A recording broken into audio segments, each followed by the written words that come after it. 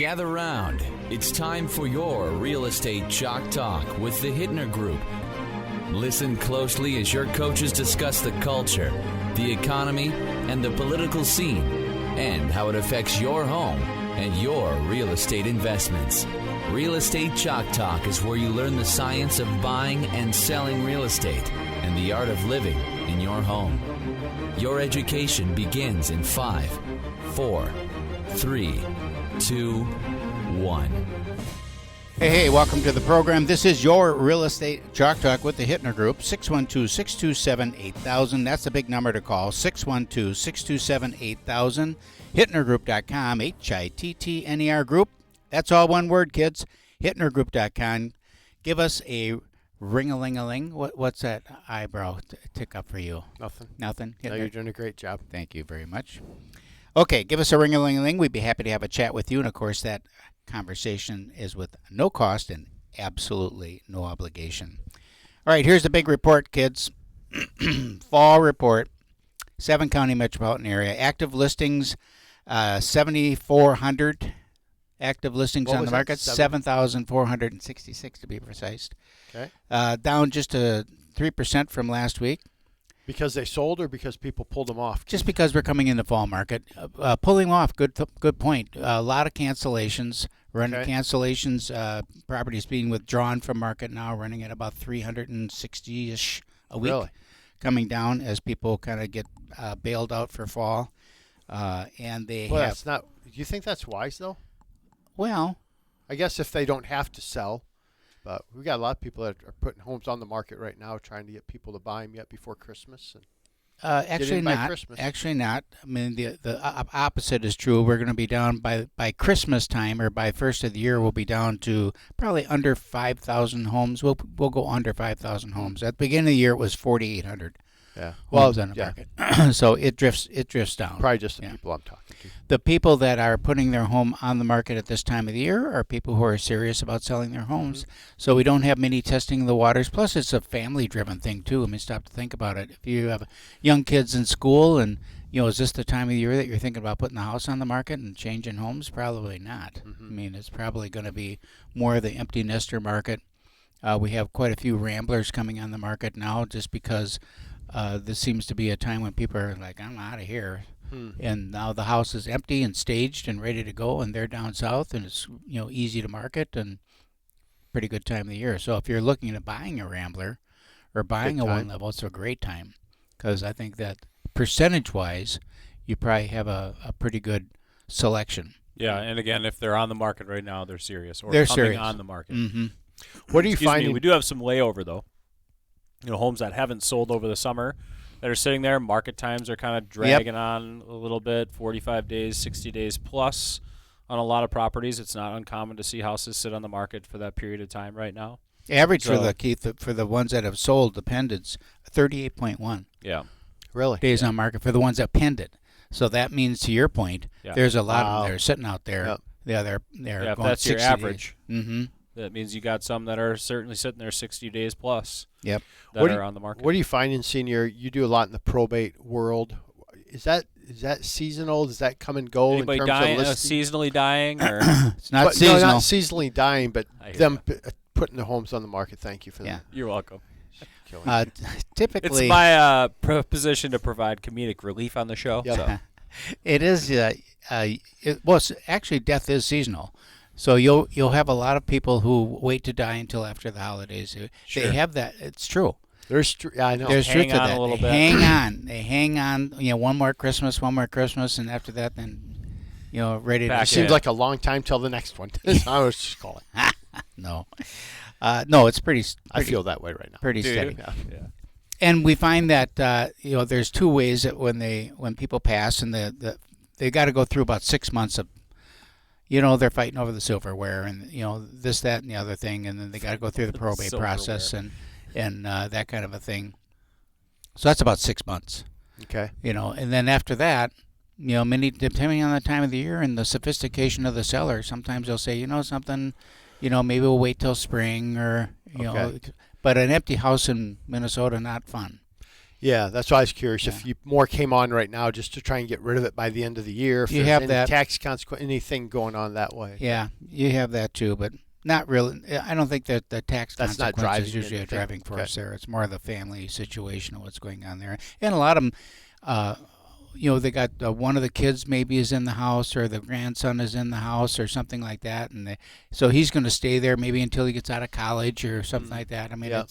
it can be 2 years. We're working with probates right now, cases right now that are 3 years old. Wow. They're just, and that's the situation, is they're Yep. just waiting for somebody to get out, or maybe they decide to rent it for a while, and until someone gets sick of doing that. It depends on how many heirs are involved too, because some Yeah. people may want their money and others don't, and Yep. it's fun to do it. I like doing it. Are you guys picking up more listings right now, or are you working more with buyers right now, or what's the mix of your business for both of you? Because I know you have different worlds. I'm pretty much all listings. Okay. Yeah, and we're working probably about a dozen of them right now. Some are coming on yet this year. Some are really setting up for next year. Okay. Only a couple of them are like move ups. Oh, really? Most of Okay. them are move outs. We Move out of the area. move out of the area, moving Yeah. to Texas, moving here, moving there.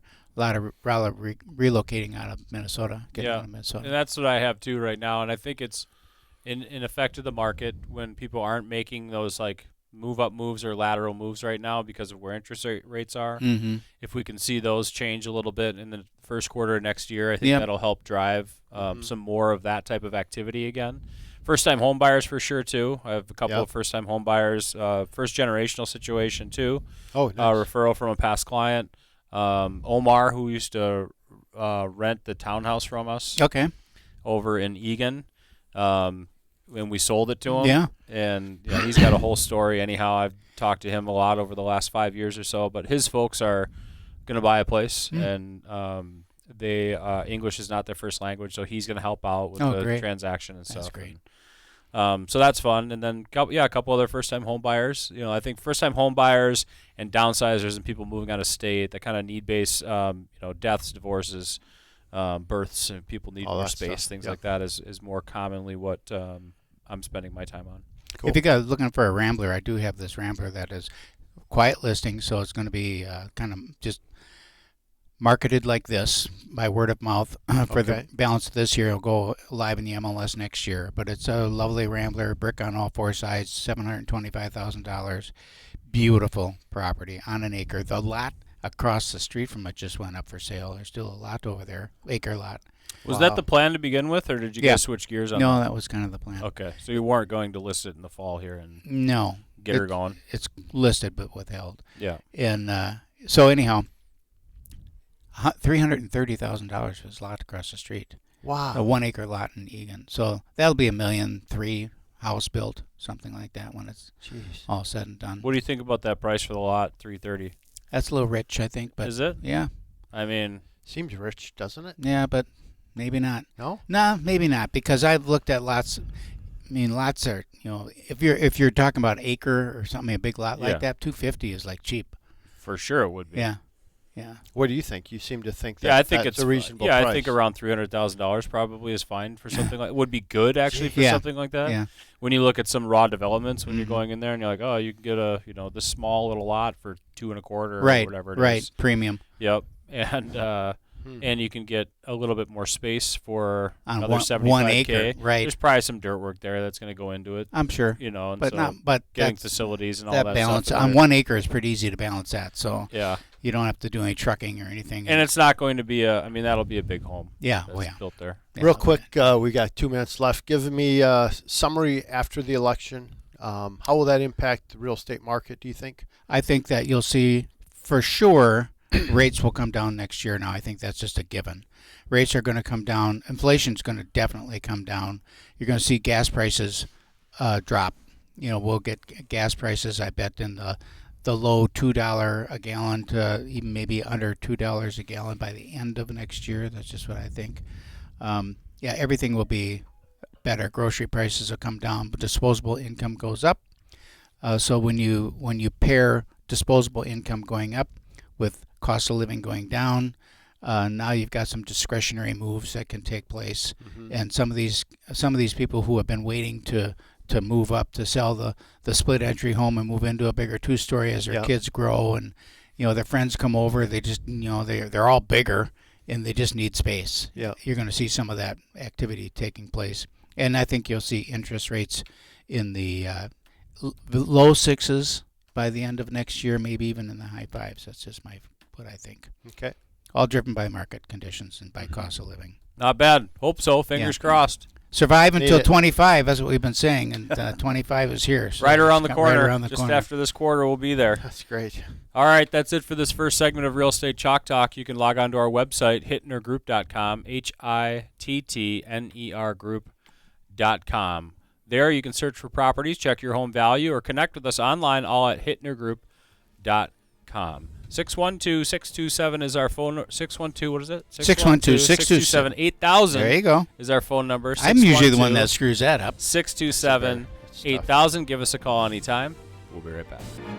Hey there, welcome back to the program. This is your Real Estate Chalk Talk with the Hittner Group. HittnerGroup.com, HITTNER Group. That's all one word. HittnerGroup.com, 612-627-8000.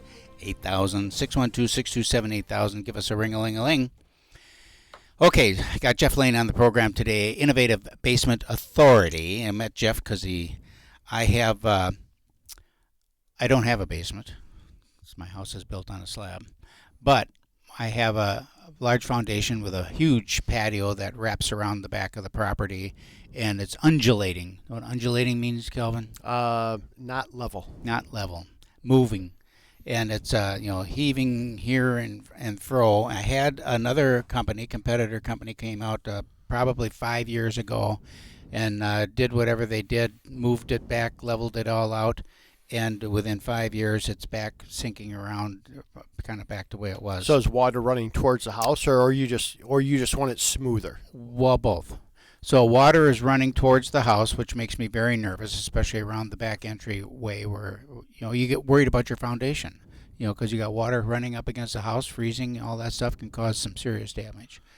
And in addition to that, tripping hazards is the number one trip lawsuit hazards in America. Yeah, that's exactly right. So we have a lot of activities at the mansion.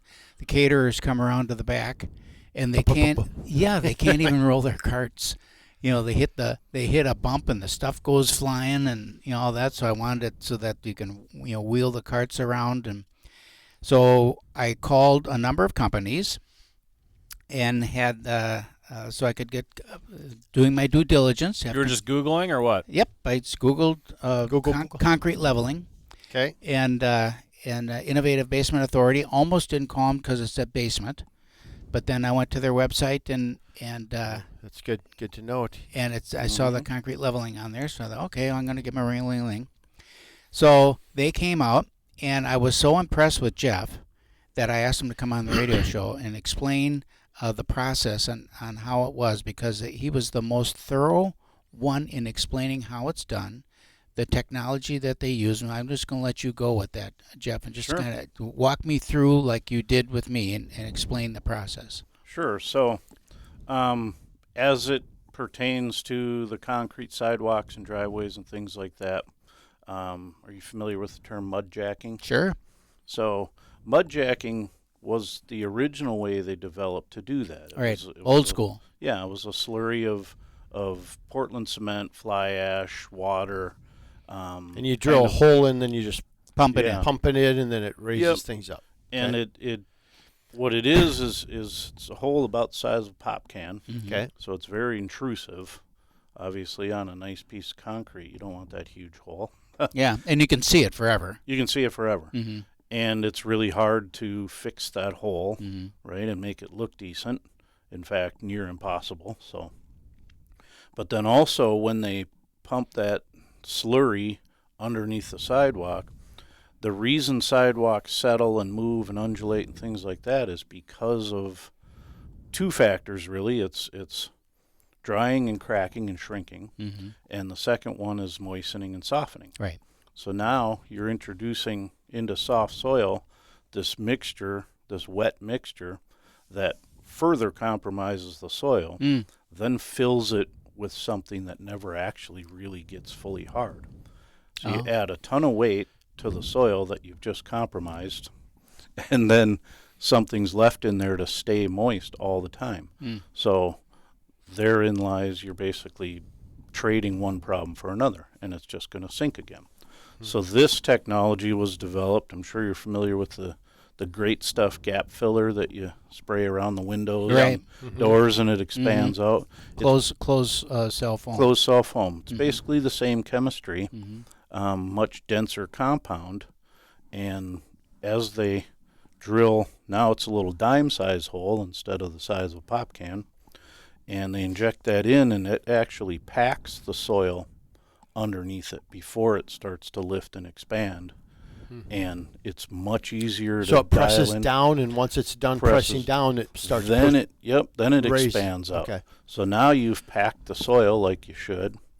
You're filling that entire void space, and it's a lot easier to control and dial in, get everything exactly how you want it. Within 15 seconds, those gases react. They become completely inert. So from that point forward, they're EPA certified, environmentally friendly, and you've got this water impermeable layer that sits underneath the concrete, and it'll be there for a long, long time. Okay, so let me ask you this now. So if I have, like we have right now, this water problem with the sloping in the wrong direction, water's running in there, obviously in that void below the concrete, and I'm assuming there is a void there, there's wet, soggy soil. Yep. All right. So how does that stay wet and soggy forever, or when that dries out, isn't that going to settle some more? Or does it push the moisture out and Yeah, around the sides, or Yeah, because it's packing the soil. okay, You know, if you take a sponge? sponge or something, and you push down on that with your Squeezes hand, it out. squeezes all that water out. and So when away. you're doing this work, do you see water bubbling up on the outsides or squirting out, or? Sometimes, usually, it's going to take its path of least resistance. So if it's got a bunch of foam chasing it, it's going to leach out into the other soil and Probably go through dissipate your off. foundation. Yeah, exactly. Inside, yeah. Some pumps running like a champion. Just kidding. Absolutely That's not not. helpful. We That's we not have helpful. experts working for us that make sure that doesn't happen. Yeah. I'm curious about how you get it, how you know where the concrete is going to settle. Because the point of it is I get fill in the hole and all that stuff, but now I got over here I got to raise it, like maybe an inch and a half, Yeah, right. but on this side it's only a half of an inch. How does So that that you're work? How getting do the you do flow that? away so you from get your the house flow away and from all the that. house, and Yeah. how do you Great question. direct it? Well, because of how easy it is to control, it's a very steady lift, and they go from one hole to the next. It's not pump a bunch in here and then move to the next slab.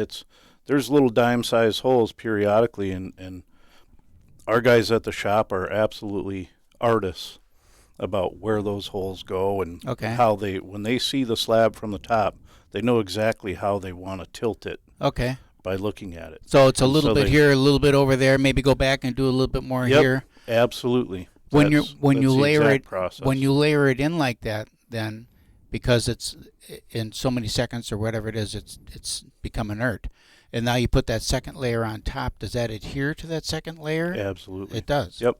The full cure time is actually about 24 hours. Okay. So So once those gases react and harden up, then there's some meldability in that for the next 24 hours. So the foam will the cells intertwine with each other and strand together.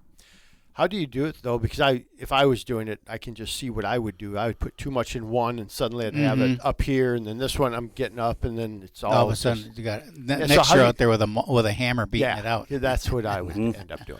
The key is patience. Okay. The guys that we have doing it at Innovative are absolutely, they're continuing constantly to educate on it. They work with each other all the time to dial it in, and the two guys we have currently do it are absolutely obsessed with perfection. So they're very slow, they're very methodical, and I can't say enough about them. They're when you see them do it, It's really impressive. Yeah, it's kind of like cooking, Kelvin. You can always add more salt, but you can't take it out. I know Exactly. that's my concern, right?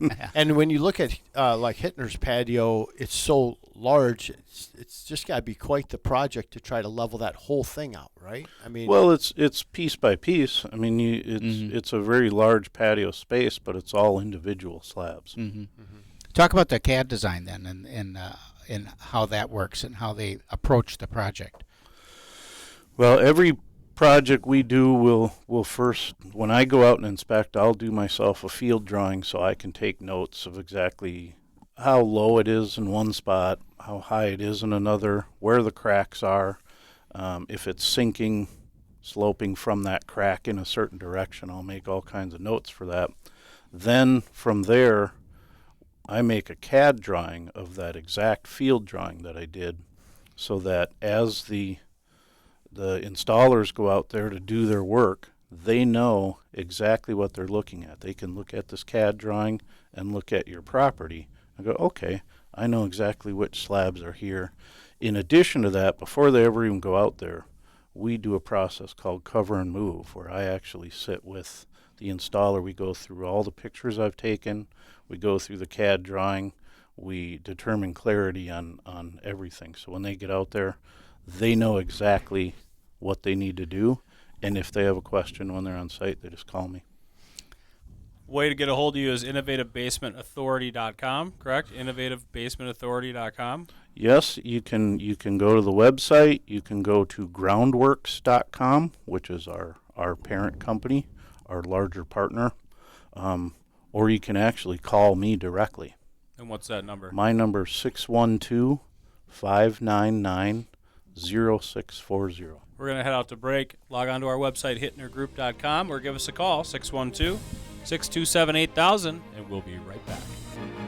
Hey, welcome back. Thanks for sticking around. This is your Real Estate Chalk Talk with the Hittner Group, hittnergroup.com, Hittner Group.com. Jeff Lane's on the program. Innovative Basement Authority. We're talking about moving concrete, leveling it, correcting it, repairing it. So with my patio, I had someone come out and take a look at it, and I thought, I'm just going to replace a patio. $50,000. I thought, I don't think I'm going to replace a patio. Wow. I think I've changed my mind on that. Yeah. I'm just going to have it leveled, and it's very cost effective to do so. $49,000. Yeah, it's $49,500. Save myself $500. Bargain at $48,000. Yeah, that's right. What is it though? 10% of that? $5,000? What was it? $6,500, I think it was. $6,500. Yeah. That's way better than way better. New what do you? And that'll just move again. With replacing the concrete, you still haven't addressed why it's sinking. Well, that's exactly right. So you would have to excavate that, and you'd have to excavate the ground underneath. Have clay soil, so you have to excavate all that underneath, put in class 5 or 3/8- or something underneath there, pack it, and finally make it structural. Which means it's actually interesting you say that about clay soil, because what a lot of people don't realize is that the entire Midwest sits on clay soil. Right. It doesn't matter what a developer's brought in to put on top of that. If you take the Rocky Mountains and the Appalachian Mountains, that everything between those is where glaciers came in and carved through the Midwest and left clay soil behind. And clay's great if it stays dry. Yep. Yeah, it gets hard as rock, and it's a great thing to build on. You can't build on black dirt. You got to excavate it all off because it keeps moving. Okay, so what do you do about this? Where we have the case where concrete has, you know how it is, like aprons, it's moved away from the house. Not only is it undulated, but it's an inch away from the foundation. Does it move back, or how do you do that? No, it's really difficult, if not impossible, to get that concrete to move laterally. Foam certainly won't make it do that. If they have the capability to get something alongside that apron or on the edge of it, we do have big tools that we can pry on that a little bit as they're lifting, so we can get some movement out of it. But it's a 30-70 shot at best to Okay. get it to move laterally at all. So if in a case like that, we'd just seal that seam there. Do you fill it with the same material? No, it's actually what they use is commercial grade polyurethane sealant. Pourable? Yeah. Some of it's pourable, some of it's in caulking guns. Okay. It all depends on the application, but they would just seal that crack, and then what they do is they actually put some different, there's colored sands and things like that, silicas that they put into that polyurethane, so it stabilizes it, helps it adhere more so it doesn't shrink and pull away and things like that. So what's the difference between, I notice your jacket says Groundworks, and you mentioned that's your parent company, and then your Innovative Basement Solutions. Innovative Basement Authority. Sorry. So what's the difference between the companies, and what do you guys all do? So for a long time, the foundation repair and basement waterproofing industry had no regulation.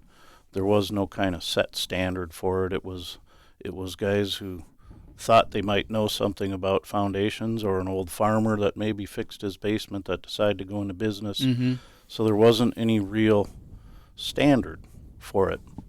So Groundworks developed this company, and they just started going nationwide, region by region, and picking one partner from that region based on their track record for ethics, integrity, things like customer service, things like that.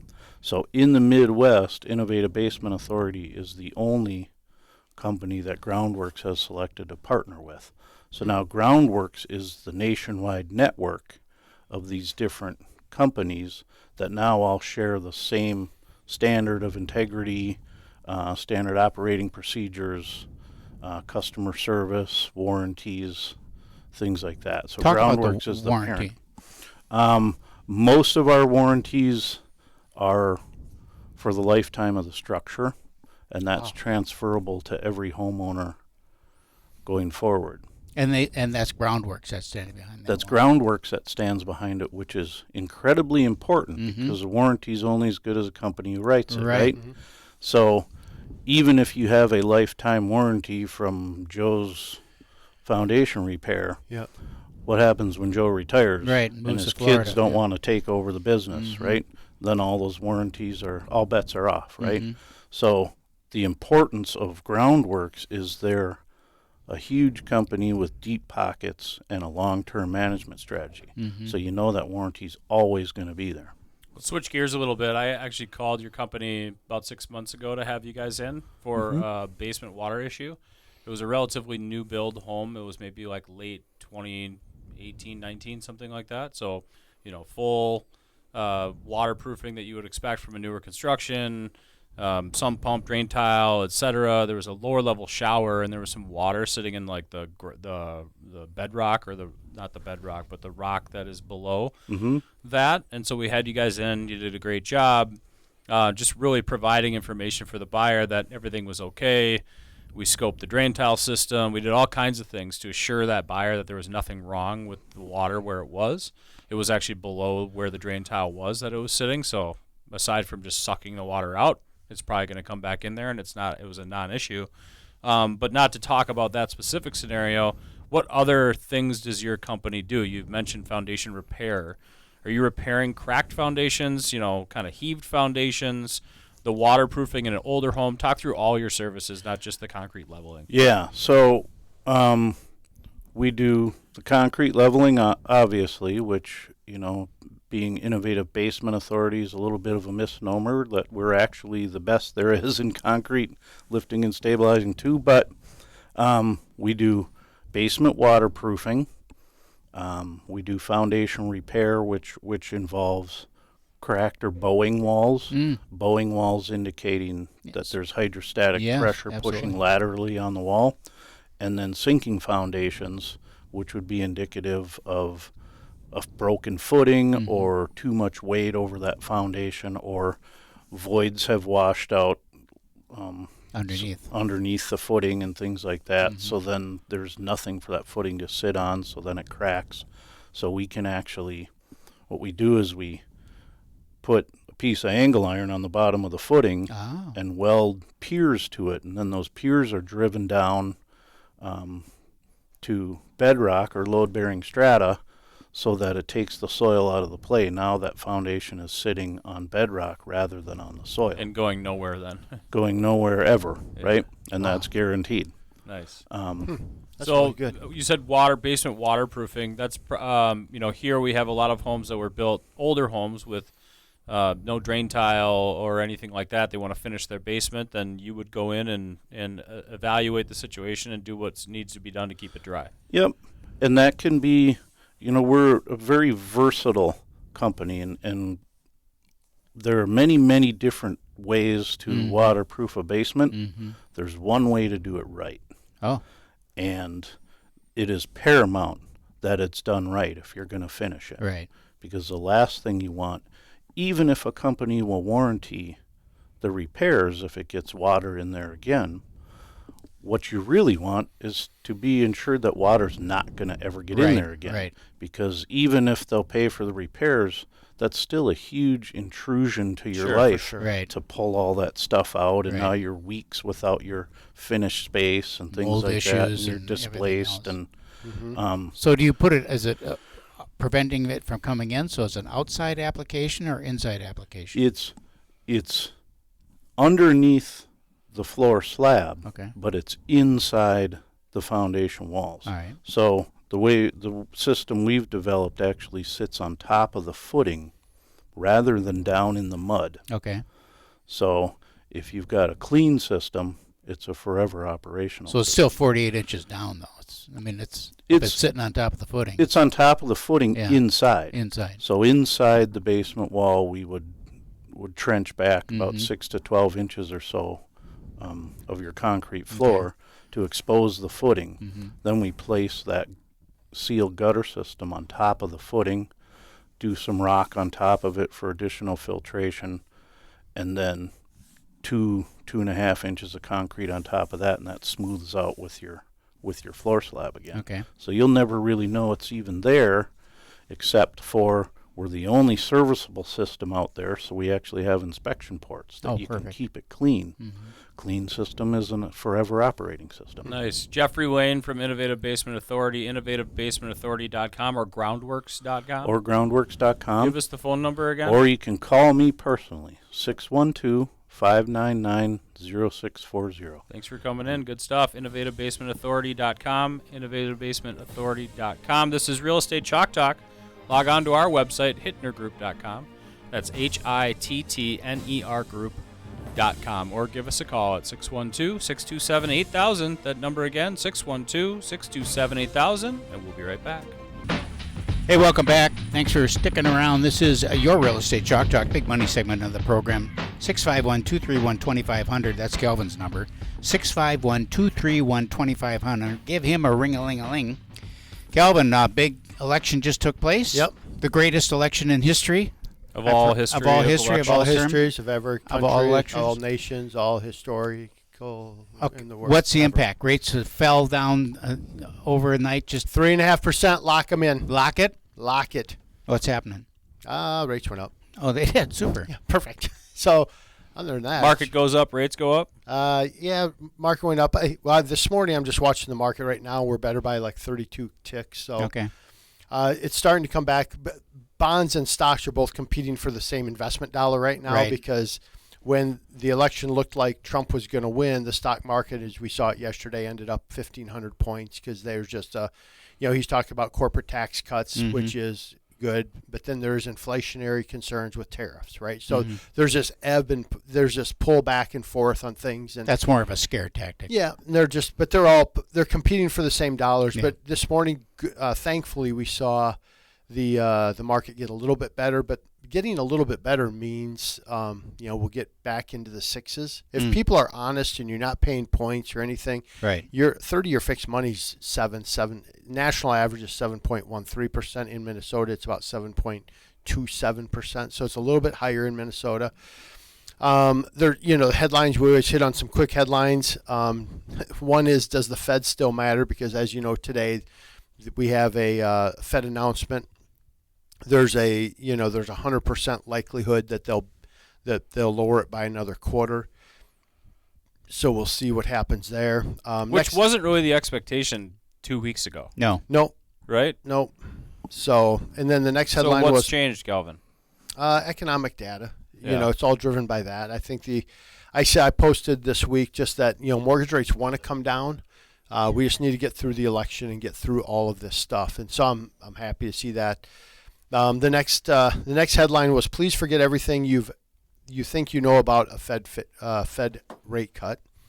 And then mortgage demands regressing amid rapid rate spike. So, the Fed usually we could predict what was going to happen with rates as they lowered it. We'd see a little improvement, all that.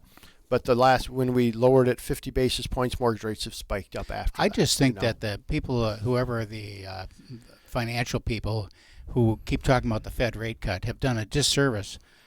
Or maybe it's American Bankers Association, or someone's done a disservice because they've led people to believe that the Fed rate impacts mortgage interest rates, and there's no connection there. Well, there's a longer term connection there, but not a short term connection there. So, yeah, I love seeing stupid mortgage people online like, rates are down 50 basis points after the Fed loan. No, they're not. They're not. Stop. Yeah. Just call me if you want truth. Truth in mortgage rates. We'll talk about it. But, things we're staying busy with. I mean, rates went up, so it pulled some of the refinances off the table because it just didn't make sense. We're not going to push somebody into something that doesn't make sense. But we are doing, I got another reverse. So I did my first reverse mortgage, which is kind of fun to get into that market. We're having a lot of those conversations. So pretty interesting how we can, like in the first case I did, this gal is just in a really tough financial position, right? So just having that mortgage payment, the principal and interest payment, go away, huge deal, right? So you have to be 62 years or older. She's 74. Tough finance. She has nothing basically, but she has a lot of equity sitting in her home. So then we work with a consultant that does that with us, and we're talking with her, and we're going to actually do a set aside fund as well for taxes, homeowners insurance, and her association dues. So she doesn't have to worry about it. You don't worry about any of it, right? Now she's not going to begin. She was hoping to get some money per month out, but there's just not enough equity to make sure we have enough money to cover all the taxes for the rest of her life. Like she's done. Yeah. Like no payments, no nothing. Live in the house. Yeah, live in the house. Pay your electric bill. Yeah. So that was, and she was, it's kind of interesting. You don't see many people cry, with mortgage, except when rates go up. When rates are 8%. Yeah, when rates, then I cry a little bit, but she was so, very emotional, very like, hey, this is my way to stay in a home and survive. And it's a big deal. So, the other one I'm talking to right now, it's more of a financial play. Like I don't want to touch, like the market went up 1,500 points yesterday. They don't want to touch that investment, but they have all this equity sitting here. They're like, why don't I just access some of the equity? I have enough in assets for my heirs, my kids, and we're good. So if I use up some of the equity in the home, fine, it's tax-free money. So use tax-free money versus distribution of that. So that's a fun conversation. That was with a financial planner and the client yesterday. And those are super fun conversations. So doing some of the reverse. So if you're listening and you're like, gosh, I don't even know much about that, but I've heard about it and I don't know if I want to trust all the celebrities. I'm your local celebrity. Okay. I got the nice jacket on. Yeah, absolutely. Who's the celebrity? Who's I'm that? kind of a Tom celebrity. Selleck? Yeah, Tom. Yeah, you got all the old guys. All the old guys. Active PIs on there. Yep. Selling some reverse mortgages. Everybody's pitching reverse, So anyway, so we're doing that, and then we're getting people pre-approved. There's a lot of people that we're seeing like they want to buy a home. They're just not. They don't have to, and I tell you, there's pent up demand out there. Yeah, I think we're going to come down, a 1.5 or 2 points. If I think there's rates a 5, if there's a 5 something in front of it, then people will be like, all right, let's go. moves Yeah. here. Yeah. If they're really considering making I think that so move, too. So a 5 certainly helps to kind of help cushion that decision. Yeah, and that's what was so frustrating. We were close, right? We were paying a point, and we're like 5.99 with a point. You're good, and now it's like, God dang it, So we just got to get some movement back down. And I think we'll be just fine. So if you've been pre-approved and want a second opinion, let's do that. You also probably don't qualify for as much home right now as you did because rates did go up a point again, So we should have that conversation. I got a question for you, Calvin. On the reverse, what is the stated interest rate then of that amortization on the reverse, and does credit rate impact it? Credit does not. The credit gives us an indication of your habits. Mm-hmm. But the score, like the one we're doing with that gal, 514 mid credit score. Okay. No impact. But showed the equity position, if it's a equity paid, position was great, yeah, right? And it's an FHA loan, right? So the rate's okay. The rate's like in that case low sevens, you know, so it's fine. Okay. You know, but remember you're eating away a little bit of that equity. But so the credit score doesn't matter, but her credit history, like how does she address credit, did have an impact, which is why we set that money aside, because you don't want to be in a position where suddenly the county takes over or the association takes over because she just totally lost track of paying anything, you know. So that's why you do some of those things. But rate was fine, and we're doing an ARM there, so it actually creates some additional revenue, and it's a really interesting tool. So that is good. So we have a couple minutes left. Give us a quick update on the real estate market. I usually start with that, but one quick update is the number of homes that have sold in 24, 48,346. This is numbers through the end of October. Okay. 48,346. Last year it was 44,262. Essentially the same. I'm sorry, that's the number of listings. The number of solds, 32,389. Last year, 32,132, up less than 1%, which is interesting because the national is up 2.9%. Okay. So Minnesota is lagging the national. A little flat. Yeah, we're essentially flat, and units move through. Didn't you say we're going to be flat, or did I say we were going to? I think I said we were going to be flat. You said you were going to be up. One of us were right. No, we're talking about values. Calvin, values. Units Okay. move through. You try that same trick every time. I just want to show we're that talking I'm right. about value. I think I'm right. Average sale price. I think I was right. We'll have that conversation in a couple of All weeks. right. All right. What else you got? So then the homes on the market, about 7,466 homes on the market, down from 7,700. On our way down to under 5,000. We'll land at 4,900 maybe homes. We're at 7,700 though? 7,400. God, that's a lot of homes to come off the market. And yeah. Wow. Yeah, well, that's just the way it goes in the fourth quarter, especially because we are still selling. We're selling through last week. We sold through 723 homes came off the market, down from 788. That number will go down into under 600, around 500 as we move. On those homes coming off the market, how many are sold and how many just pulled off? Do you know? These are solds. These Okay, are those new are solds. pendings. Okay. Yeah, these are solds. We have about 350, I think it was this week, of homes that came off the market where people just pulled them off the market. Just done. Price reductions have stopped. We are going through really? a time period Yeah. where we had, price reductions were That's that running last about 12. ditch effort Yep. before the winter. To Like, let's dump make her. a couple of price moves here. Is it going? Nope, it's not going. And I think that the new Cancel. homes, Keith, that are coming on the market are being priced more correctly now. I think Yeah. that people have kind of gotten it into their head now. This isn't 19 or 20. Yeah, there's definitely a little kick in the stomach on list price. Yeah. Yeah. Did you ever sell your Bloomington house? Yeah. So I know yeah. we have- Yep. Closing. Everything is moved through pretty well, and Nice. we're just working through transactions now. A lot of things are kind of touch and go all the way through the inspection period, just Right. to make sure things stay together, because we have had an increase over the last few years of cancellations, whether it just be cold feet or finding a reason within the home inspection to cancel the purchase agreement. So we're seeing a lot more of that, but things are still moving. If you want to get ready for spring right now, give us a call, 612-627-8000. 612-627-8000 if you're looking at buying or selling real estate, or give us a call or log on to our website, hittnergroup.com. See you next week.